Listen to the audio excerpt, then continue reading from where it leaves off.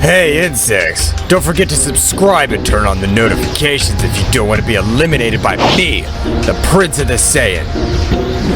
Lord Vegeta, you forgot to mention the subscription to your Patreon to have exclusive manga content in advance.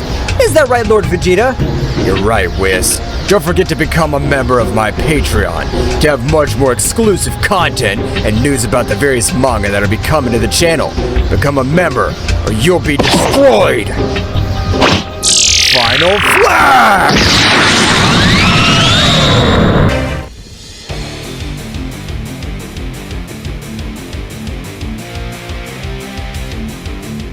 It was a normal day in the life of the inhabitants of planet Earth. People were eating in restaurants, walking with their families.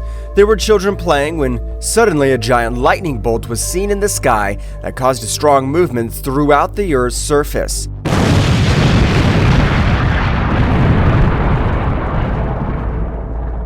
Buildings collapsed. People could not stand up. Windows exploded. All this resulted in car accidents and injuries. At the moment, a child was going to be pierced by a giant glass that fell from a building. Very close by, we see how a being that we cannot distinguish who it is flies through the skies at great speed, rescuing people who were in danger due to the strong movement. At the precise moment when the child was about to die, that being rescues him, seeing how a huge piece of glass explodes against the ground.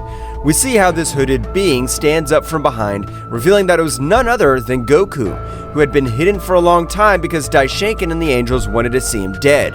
Goku, with a different appearance than the one we all know, after rescuing the boy, is amazed by the energy that emerges from the earth to the sky. We can see how Vegeta arrives at the place where Goku is together with the Z warriors, who were still saving people from the disaster. Vegeta looks at Goku face to face and says, "Kakarot, insect, where have you been all this time?" At that moment, Gohan and Goten arrive and tell him, "Dad, where have you been?" "What happened to you, father?" All this happened while Piccolo, Krillin, Trunks, and Android 18 were rescuing the people affected by the movement. After having finished saving them, they arrive to where they are reunited with Goku and look at him very surprised. In a head-to-toe scan, we can see Goku's face very emaciated, with wounds and pronounced cheekbones because he had not tasted any kind of food for a long time. At that moment, we go back in time about 20 years ago. We see how Goku and his son Goten are walking together in the forest. Goku, talking to his son, says, "Hey Goten, are you ready to fish today?" To which Goten replies, "Yes, Dad. Will you show me the fastest way to catch them?" Goku, happy for his son's enthusiasm, replies, "Of course, Goten, but this time I'm going to try something different. Watch this." Goku dives into the water and after a short time comes out with a big jump with a huge fish moving on his hands. Goten, very surprised, says to his father, "Wow, Dad, how did you do that?" Goku, showing a very happy expression, says, "When I was little like you, Goten, I had to find my own food in order to live. You should try to give it a try." Goten, very excited, says to his father, "I'll try." And so Goten dives into the water to the joyful sight of his father, to which, on the first attempt, Goten fails to catch any fish. Seeing Goten's sad face, Goku encourages his son, saying, "Don't worry, Goten, it's a matter of practice and patience. The key is to be quick and not scare the fish." So Goten dives in again, but this time it takes a long time to come out. When suddenly Goku feels a very powerful key very close to where he was. Because of this, Goku worried about his son's dives in search of him. Once in the water, he sees Goten fainted and next to him a very strange artifact. Goku, worried about the state in which he found his son, swims to rescue him. At the moment, he was about to lift his son in his arms, ready to go to the surface, the strange artifact begins to emit a very sharp sound that only Goku hears. Wu, with a face of confusion and pain, tries to lift his son, but suddenly the artifact comes off the ground and permeates his chest. Once on his chest, the artifact stops emitting that strange sound and Goku stops feeling the ki of a moment ago. Goku does not take importance to what had happened to him and worried about his son. He lifts him up to get him out of the water. Once outside, Goku puts his son on the ground to revive him, but suddenly an unknown being appeared to him. This being had a greenish coat, blue hair with black tips, and it was a very strange appearance. But it did not seem to be something real. It looked like an illusion. Goku, upon realizing this being, became alert and put his son in good protection. After that, addressing the being, he asks him, "Who are you? What do you want here?" This being, without uttering a word, rushes at high speed towards Goku, who in an act of reflex manages to dodge the first blow. But the speed of the stranger exceeds him by far. Because of that, after dodging the first blow, the unknown being lunges with a kick to the head, which Goku barely manages to block, leaving his stomach exposed, where he takes the opportunity to impact a direct punch, automatically leaving Goku out of air, and thus returns to lunge with a blow to the nape of the neck. Goku, when he was about to lose consciousness, hears a voice in the distance that says, "Apparently this is my best guest that could touch me," saying this in a sarcastic way. "I hope my colleagues are in good condition." After hearing these words, Goku faints. A few minutes after the fleeting confrontation, Goku regains consciousness, and realizing that the unknown being was no longer in the place, he looks for Goten, and when he finds him, he begins to unexpectedly and repeatedly call his name to make him react. Seeing that calling him had no effect, he feels his breathing and notices that he was almost not breathing. He creates an energy sphere in his hand and places it on Goten's chest. Once Goten revives the energy from his father, he reacts and spurts water from his mouth. Goten, with a puzzled expression, asks his father what had happened, to which Goku says, "I have the same question for you. What happened?" Goten tells him that at the precise moment he was about to capture the fish, he felt attracted to the artifact, which also tried to impregnate in his chest. At the time, Goten felt a strong source of energy that ran through every part of his body, which was very difficult to control, and felt how that strange energy weakened him until he lost consciousness and fainted.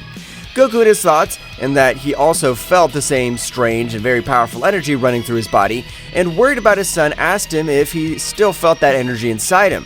Goku calmly and a little puzzled told him no, that he only felt that when the artifact was trying to permeate him. While this was happening on Earth, Whis and Beerus went to the Kingdom of Everything to talk to Daishinkan, since they had noticed him very tense and worried. Once they were already in the Kingdom of Everything, Daishinkan appears with a very serious expression, while Whis and Beerus bow to him to show respect. Daishinkan, relieved to see that Whis and Beerus were with him, tells them something very strange and dangerous is about to happen. Whis, with a puzzled expression, asks, "What is it, father? We'd noticed a certain tension in the air as we reached the realm of the whole." Beerus, yawning without realizing the seriousness of the fright, says to him, "Trouble again? What could be so dangerous to make Daishinkan so worried?"